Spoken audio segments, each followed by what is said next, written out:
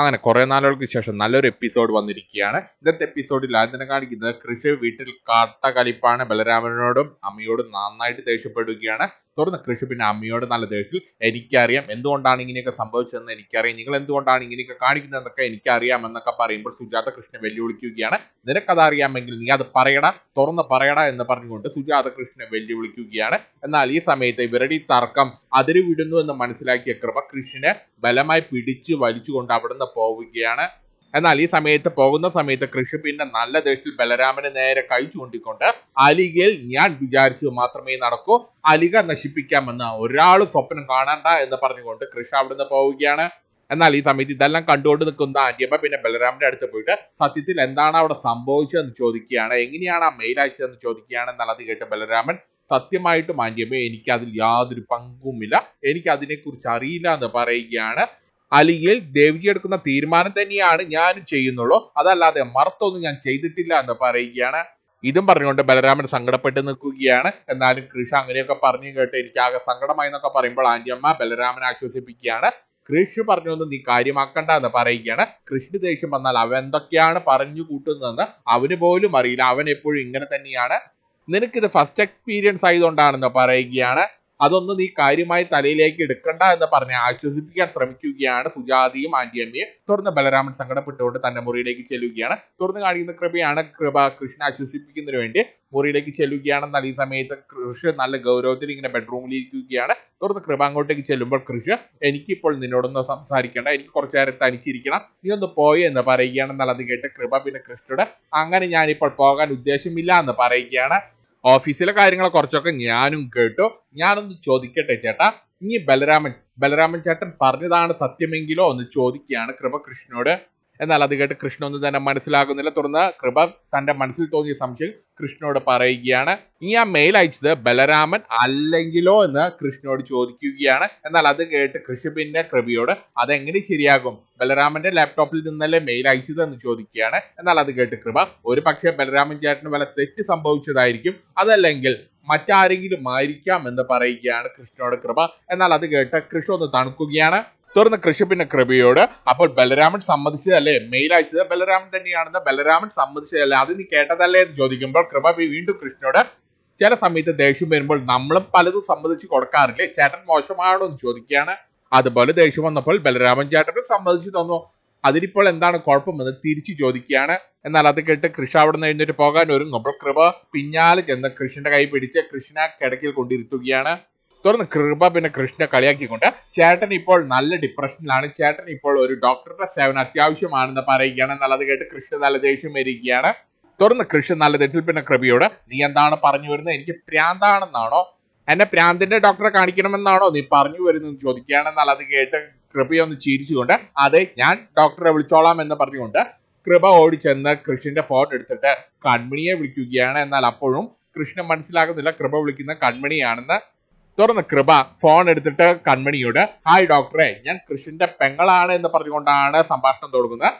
എന്നാൽ അത് കേട്ട് മറുതലക്കിലുള്ള കൺമണി ഇതെന്താണ് ഇവിടെ ഇങ്ങനെയൊക്കെ പറയുന്നത്, ഒന്നും മനസ്സിലാകാതെയാണ് കൺമണി നിൽക്കുന്നത്. തുടർന്ന് കൃപ ഇവിടെയുണ്ടായ പ്രശ്നത്തെക്കുറിച്ച് കൺമണിയോട് പറയുകയാണ്. ഇന്ന് ഇവിടെ വലിയ പ്രശ്നം നടന്നു, കൃഷും ബലരാമനും തമ്മിൽ ചെറിയൊരു പ്രശ്നം നടന്നു, അത് സോൾവ് ചെയ്യുന്നതിന് വേണ്ടിയാണ് ഞാൻ ഡോക്ടറെ വിളിച്ചത് എന്ന് പറയുകയാണ്. ഡോക്ടർ തന്നെ കൃഷ്ണനോട് നേരിട്ട് സംസാരിച്ചോളൂ എന്ന് പറഞ്ഞുകൊണ്ട് കൃപ ഫോൺ കൃഷ്ണന് നേരെ നീട്ടുകയാണ്. എന്നാൽ കൃപയുടെ കയ്യിൽ നിന്ന് ഡോക്ടറുടെ ഫോൺ വാങ്ങാൻ കൃഷി തയ്യാറാകുന്നില്ല. കൃഷി നല്ല ഗൗരവത്തിൽ നല്ല ദേഷ്യത്തിൽ തലകുമ്പിട്ട് ഇങ്ങനെ നിൽക്കുകയാണ്. തുടർന്ന് കൃപ പിന്നെ കൃഷ്ണനെ കളിയാക്കുകയാണ്. ഈ ഡോക്ടറുടെ പേരൊന്നും നോക്ക് ചേട്ടാ, അതല്ലെങ്കിൽ ചേട്ടന് തന്നെയായിരിക്കും നഷ്ടം എന്ന് പറയുകയാണ്. തുടർന്ന് കൃഷി മൊബൈലിൽ ആ പേര് നോക്കുകയാണ്. കൺമണിയുടെ പേര് കണ്ട് കൃഷി ഒന്ന് ഞെട്ടുകയാണ്. തുടർന്ന് കൃപയുടെ കയ്യിൽ നിന്ന് ഫോൺ തട്ടിപ്പറിച്ചു വാങ്ങുകയാണ്. തുടർന്ന് കൃപ പിന്നെ കൃഷ്ണ കളിയാക്കുകയാണ്. ചേട്ടന്റെ പ്രാന്ത് മാറാൻ കൺമണി തന്നെയാണ് ബെസ്റ്റ്, അതുകൊണ്ട് മര്യാദയ്ക്ക് കൺമണിയോട് സംസാരിച്ച പ്രശ്നങ്ങളെല്ലാം സോൾവ് ചെയ്തിട്ട് എന്റെ അടുത്ത് വന്നോളാം എന്ന് പറഞ്ഞുകൊണ്ട് കൃപ അവിടുന്ന് പോവുകയാണ്.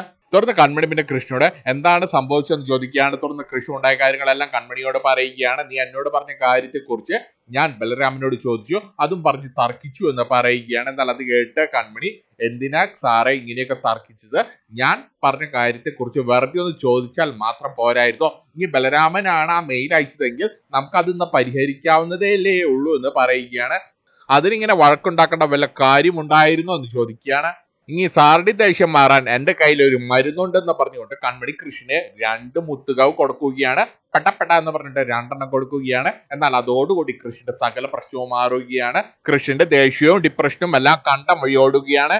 തുടർന്ന് കൃഷി പിന്നെ കൺമണിയോട് എനിക്ക് മരുന്ന് ഇനിയും വേണമെന്ന് പറയുമ്പോൾ കൺമണി കൃഷിനെ ഒന്ന് കളിയാക്കുകയാണ്. അമ്പട മോനെ മരുന്ന് ഓവർഡോസ് ആകണ്ട എന്ന് പറയുകയാണ്. കൃഷി ഇങ്ങനെ സന്തോഷിച്ച് ഇങ്ങനെ ചിരിച്ച് നിൽക്കുകയാണ്. എന്നാൽ ഈ സമയത്ത് അങ്ങോട്ടേക്ക് വീണ്ടും കൃപ വരികയാണ്. കൃഷിന്റെ കയ്യിൽ നിന്ന് ഫോൺ തട്ടിപ്പറിച്ചു വാങ്ങി കൃപയാണ് കൺമണിയോട് സംസാരിക്കുന്നത്. എന്റെ ചേട്ടന്റെ ഈ ഡിപ്രഷൻ മാറാൻ കൺമണി എന്ത് മരുന്നാണ് കൊടുത്തതെന്ന് ചോദിക്കുകയാണ്. എന്നാൽ അത് കേട്ട് കൺമണി കൃപയെന്ന് കളിയാക്കുകയാണ്.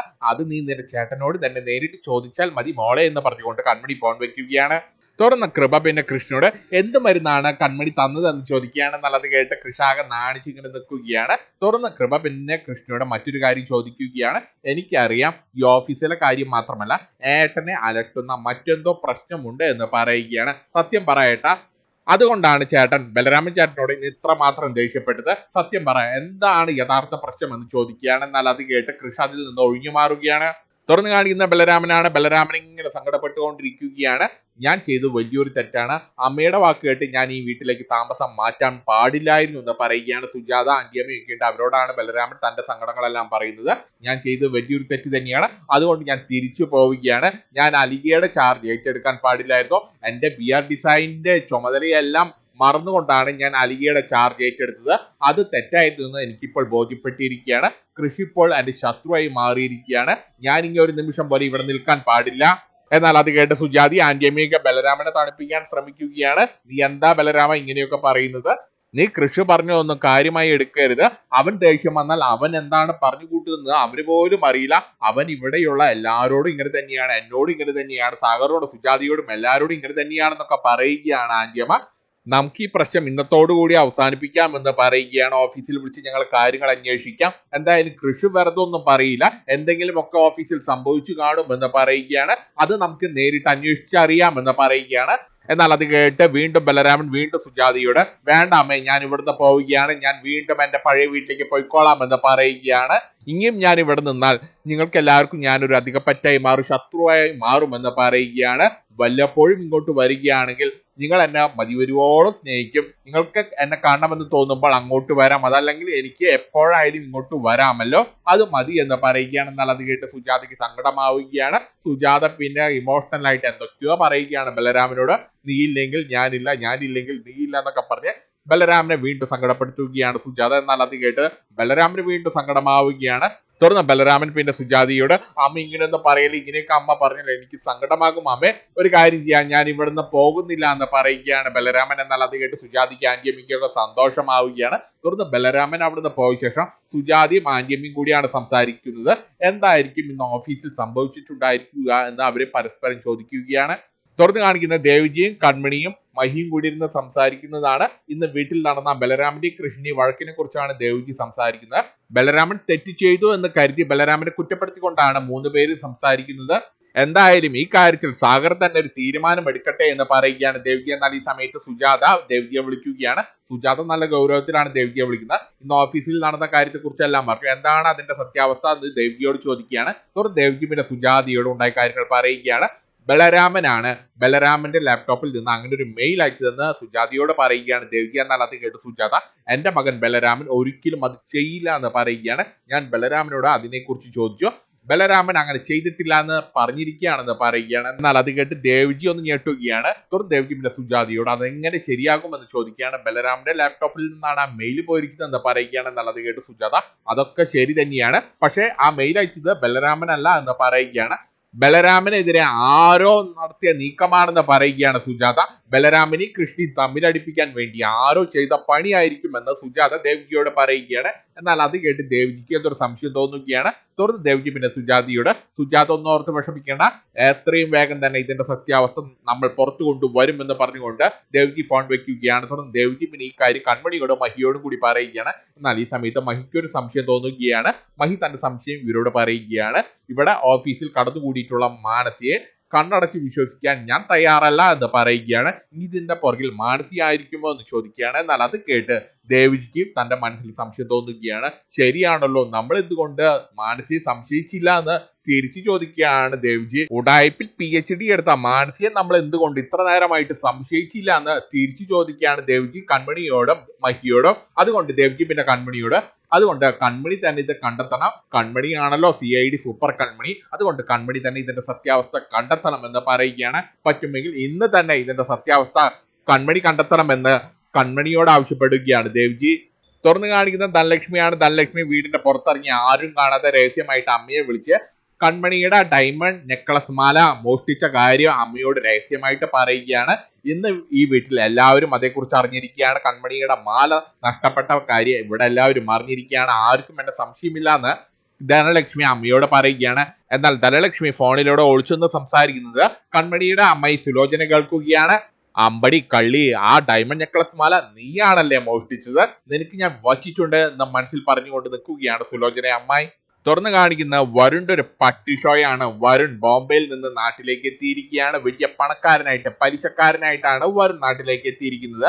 ആവേശം സിനിമയിലെ ഫഹദിന്റെ രംഗിയുടെ കോസ്റ്റ്യൂം ഇട്ട ഒരു ഫാൻസി ഡ്രസ്സുമായിട്ടാണ് വരുൺ നാട്ടിലേക്ക് വന്നിരിക്കുന്നത്. ഇതും കാണിച്ചുകൊണ്ടാണ് ഇന്നത്തെ എപ്പിസോഡ് തീരുന്നത്.